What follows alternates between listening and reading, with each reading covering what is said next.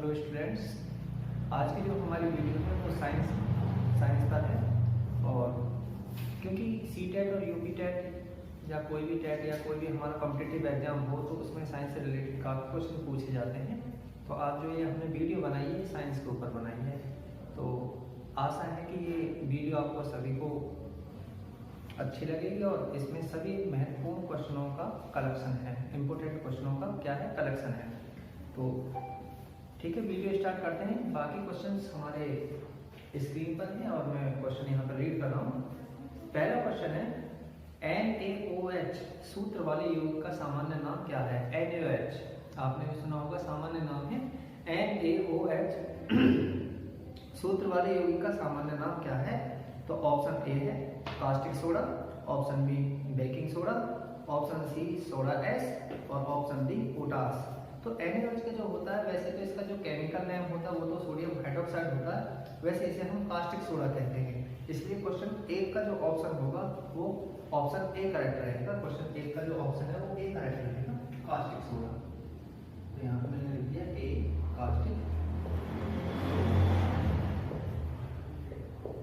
Soda. NaOH का जो हमारा नाम है वो क्या है? Caustic soda. क्वेश्चन नंबर 2, निम्न में से किससे ध्वनि का संचरण नहीं हो सकता है? यानी कि हम ध्वनि जो हमारी साउंड होती है किसमें फ्लो नहीं हो सकती है? तो निम्न में से किससे ध्वनि का संचरण नहीं हो सकता है? ऑप्शन ए इस्पात, ऑप्शन बी वायु, ऑप्शन सी निर्वात, ऑप्शन डी पानी। तो देखो, इस्पात, वायु, पानी, इन सभी में हमारे ध्वनि का क्या होता है? संचरण होता है, यानी कि ध्वनि साउंड हमारी क्या हो सकती है? फ्लो हो सकती है। लेकिन जो निर्वात है, निर्वात क्या होता है? निर्वात एक ऐसा स्पेस होता है जहाँ पर देयर है नो एटमॉस्फेयर, जहाँ पर कोई हमारा वातावरण नहीं होता है। तो निर्वात में जब वहाँ पर कोई वातावरण नहीं है, डेट मीन्स वहाँ पर कोई हमारे पार्टिकल्स ही नहीं है, तो वहाँ पर साउंड का कैसे संचरण होगा? इसलिए क्वेश्चन नंबर 2 का जो ऑप्शन है वो सी करेक्ट रहेगा, निर्वात। यानी कि निर्वात में ध्वनि का संचरण नहीं होता है। तो ऑप्शन क्वेश्चन नंबर 2 का जो ऑप्शन होगा वो हमारा सी करेक्ट रहेगा, निर्वात। क्वेश्चन नंबर 3, ग्रहों की परिक्रमा की गणना की जाती है। यानी कि ग्रहों की जो परिक्रमा होती है, जो प्लेनेट्स होते हैं हमारे रिवोल्यूशन करते हैं, इनकी गणना की जाती है।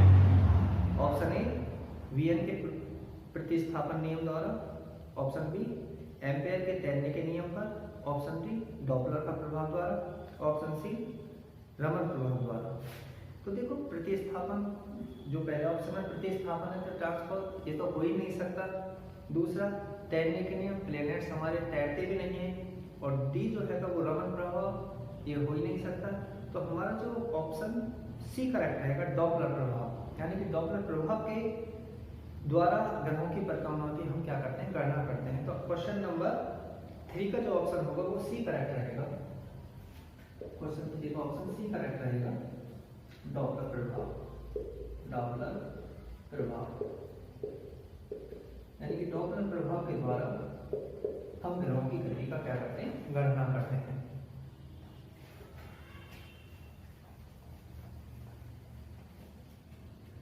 क्वेश्चन नंबर 4, मानव शरीर में धमनियों का क्या कार्य है?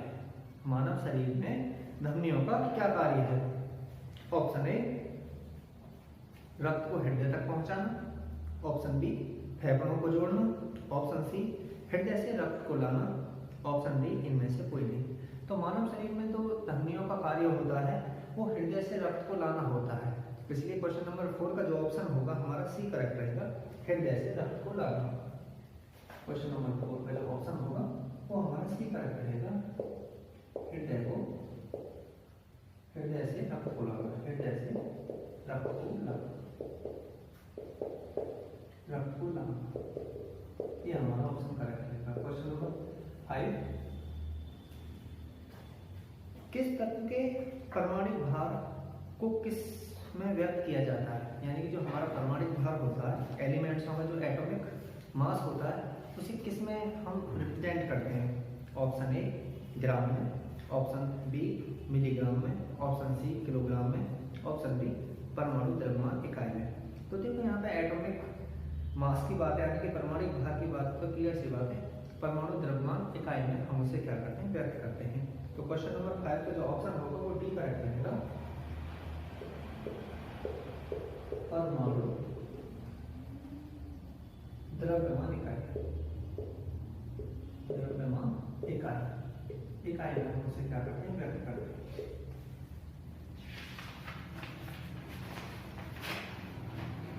क्वेश्चन नंबर 6,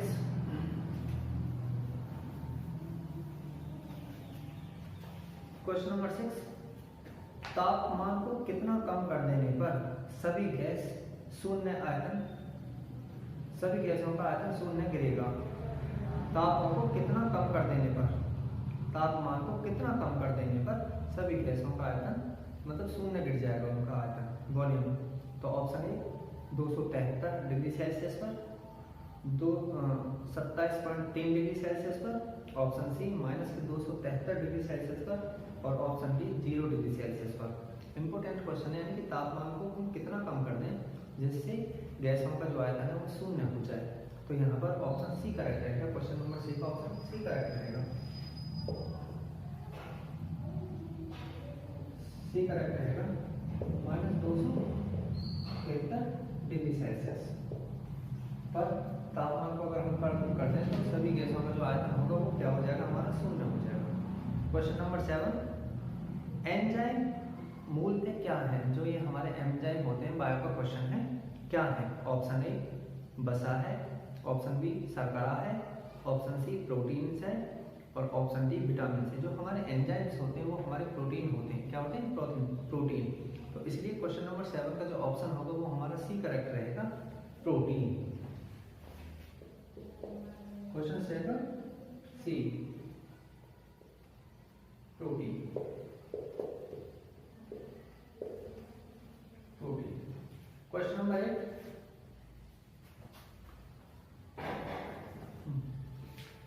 अतिचालक एक ऐसी वस्तु है जिसमें होती है,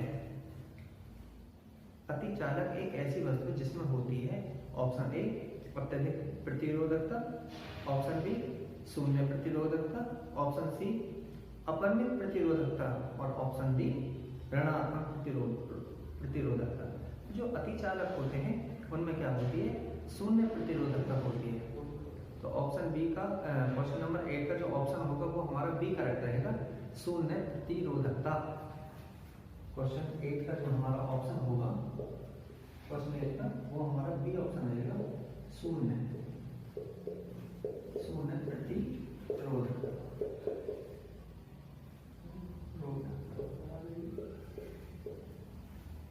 ठीक है ना, अतिचालक वस्तुओं में शून्य प्रतिरोधकता होती है। क्वेश्चन नंबर 9, एक हॉर्स पावर बराबर होती है, सबसे इंपोर्टेंट क्वेश्चन है। पावर की यूनिट होती है हॉर्स पावर। तो एक हॉर्स पावर होती है 746 वाट, 1000 वाट के बराबर, ऑप्शन सी 500 वाट के बराबर, और ऑप्शन डी 750 वाट के बराबर। तो जो एक हॉर्स पावर होती है, नॉर्मल क्वेश्चन है, 746 वाट के बराबर होगी, इसलिए क्वेश्चन नंबर 9 का ऑप्शन ए करेक्ट रहेगा, हमारा ऑप्शन ए करेक्ट रहेगा, 746 वाट। तो एक हॉर्स पावर होती है वो हमारे कितने के बराबर होती है, 746 वाट के बराबर। क्वेश्चन नंबर 10, वायुमंडलीय दाब में अचानक घटाव दर्शाता है। आसमी वायुमंडल में अगर अचानक घटाव आ जाए तो वो क्या प्रेजेंट करता है, क्या रिप्रेजेंट करता है। ऑप्शन ए तूफानी मौसम, ऑप्शन बी स्वच्छ एवं साफ मौसम, ऑप्शन सी आर्द्र मौसम, और ऑप्शन डी शुष्क मौसम।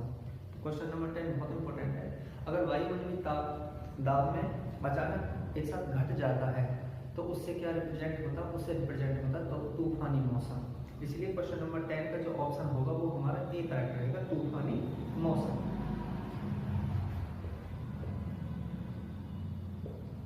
तूफानी मौसम, तूफानी मौसम। अगर वायुमंडलीय दाब में अचानक घट जाता है तो उसे रिप्रेजेंट होता है कि तूफानी मौसम है, यानी कि तूफान आने वाला है। क्वेश्चन नंबर 11, प्रेरक तत्व की इकाई है, इंपोर्टेंट क्वेश्चन है। प्रेरक 12th क्लास का टॉपिक है, प्रेरक की इकाई है। Option A ohm, option B farad, option C henry और ऑप्शन डी कूलम। तो प्रेरक तत्व की जो इकाई है वो है हमारी हेनरी। तो क्वेश्चन नंबर 11 का जो ऑप्शन होगा वो हमारा सी करेक्ट रहेगा, हेनरी। क्वेश्चन नंबर 11 का जो ऑप्शन रहेगा वो सी करेक्ट रहेगा, हेनरी।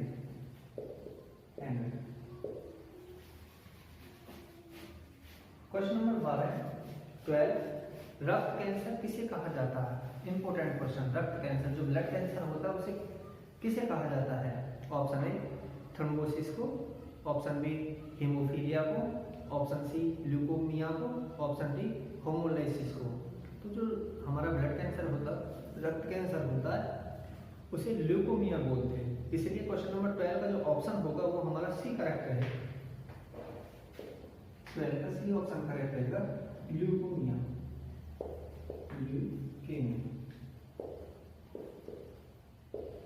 ल्यूकेमिया। क्वेश्चन नंबर 13 ध्वनि की इकाई है, साउंड की जो यूनिट होती है वो क्या होती है? Option A kelvin, option B decibel, option C Newton, option D pascal. तो देखो जो केल्विन होती है वो तो हमारी टेम्परेचर की होती है, न्यूटन हमारी फोर्स की होती है, और जो पास्कल होती है वो हमारी दाब की होती है, प्रेशर की होती है। तो इसमें एक ही बचा डेसिबल। तो डेसिबल हमारी साउंड की यूनिट है। तो क्वेश्चन नंबर 13 का जो ऑप्शन होगा वो बी करेक्ट रहेगा, डेसिबल। यानी कि डेसिबल हमारी साउंड की क्या है? इकाई है। और यहाँ पे जो केल्विन इसमें ऑप्शन दे रखा है, एक बार ऑप्शन को देख लीजिए। जो केल्विन है वो हमारी तापमान की इकाई है, न्यूटन हमारी फोर्स यानी कि बल की इकाई है, और जो डी है पास्कल वो हमारी दाब की इकाई होती है। क्वेश्चन नंबर 14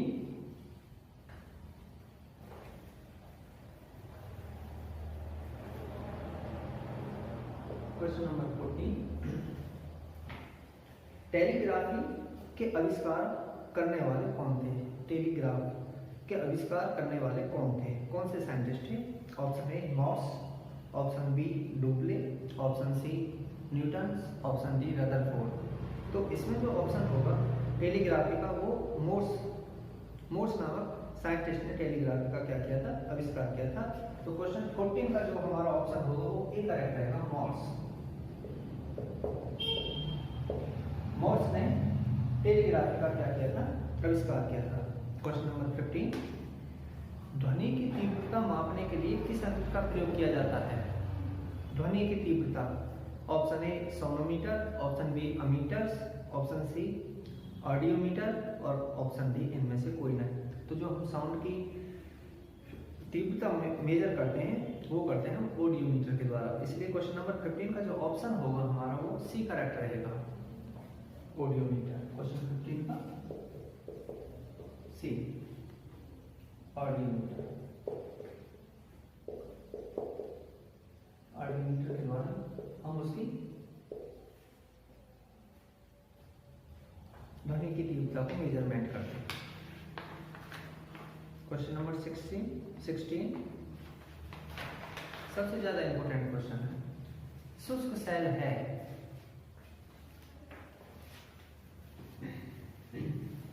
शुष्क सेल है। ऑप्शन ए चतुर्थक सेल, ऑप्शन बी प्राथमिक सेल, ऑप्शन सी द्वितीयक सेल, ऑप्शन डी इनमें से कोई नहीं। तो जो शुष्क सेल है वो हमारे क्या कहलाते हैं? प्राथमिक सेल कहलाते हैं। इसलिए क्वेश्चन नंबर 16 का बी ऑप्शन करेक्ट रहेगा, 16 का बी ऑप्शन करेक्ट रहेगा, प्राथमिक सेल। प्राथमिक सेल होते हैं जो हमारे शुष्क सेल होते हैं वो क्या होते हैं? प्राथमिक सेल होते हैं। क्वेश्चन नंबर 17 इंपोर्टेंट क्वेश्चन चुंबकीय फ्लक्स की यूनिट क्या है? चुंबकीय फ्लक्स की यूनिट क्या है? Option A weber, option B tesla, option C watt, option D ampere. तो जो चुंबकीय फ्लक्स, मैग्नेटिक फ्लक्स की जो यूनिट होती है वो हमारी वेबर होती है। तो इसलिए क्वेश्चन नंबर 17 का जो ऑप्शन होगा वो ए करेक्ट रहेगा, वेबर। वेबर, वेबर होती है। क्वेश्चन नंबर 18 विद्युत ऊर्जा की इकाई होती है, इलेक्ट्रिक एनर्जी की जो इकाई होती है वो क्या होती है? तो option A volt, B watt, option C kilowatt और ऑप्शन डी किलोवाट घंटा। तो विद्युत ऊर्जा की जो यूनिट होती है हमारी वो होती है किलोवाट घंटा। तो क्वेश्चन नंबर 18 का जो ऑप्शन होगा वो हमारा डी करेक्ट रहेगा, किलोवाट घंटा, किलोवाट घंटा। Question number 20, question number 19 sorry. प्रतिरोध की यूनिट होती है यानी कि रेजिस्टेंस की जो यूनिट होती है वो क्या होती है? Option A volt, option B ohm, option C ampere और ऑप्शन डी वाट। देखो मैं इसमें ऑप्शन में और भी जो हमारे क्वांटिटी होती है उनकी यूनिट का भी पता लग जाएगी। वोल्ट होती है हमारी पोटेंशियल डिफरेंस यानी कि विभवांतर की यूनिट, एम्पियर होती है हमारी विद्युत धारा की यूनिट और डी वाट होती है हमारी पावर यानी कि शक्ति की यूनिट। तो इसमें बी ऑप्शन करेक्ट रहेगा यानी कि ओम जो होती है वो हमारी प्रतिरोध की यूनिट होती है। तो क्वेश्चन नंबर 19 का जो ऑप्शन होगा हमारा वो ए करेक्ट, बी करेक्ट रहेगा ओम। प्रतिरोध की जो यूनिट होती है वो होती है हमारी ओम। Question number 20 last question. वायुमंडल में बादलों का तैरने का क्या कारण है? यानी कि वायुमंडल में एटमॉस्फेयर में जो हमारे क्लाउड्स फ्लोट करते हैं, वायुमंडल में बादल जो तैरते हैं क्या कारण है इनका? ऑप्शन ए कम ताप, ऑप्शन बी कम दाब, ऑप्शन सी कम दाब और ऑप्शन डी कम घनत्व। तो इसमें जो ऑप्शन होगा हमारा डी करेक्ट रहेगा, कम घनत्व यानी कि लेस डेंसिटी। तो कम घनत्व के कारण वायुमंडल में बादल हमारे क्या करते हैं? तैरते हैं। तो ऑप्शन डी करेक्ट रहेगा क्वेश्चन नंबर 20 का, कम घनत्व, कम घनत्व के कारण वायुमंडल में हमारे जो क्लाउड्स हैं ये क्या है? तैरते हैं। तो आज की जो वीडियो थी उसमें मैंने 20 क्वेश्चंस कवर किए साइंस के, जो काफ़ी महत्वपूर्ण क्वेश्चन हैं और ये आगामी कॉम्पिटिटिव एग्जामों के लिए उपयोगी सिद्ध होंगे। Thank you.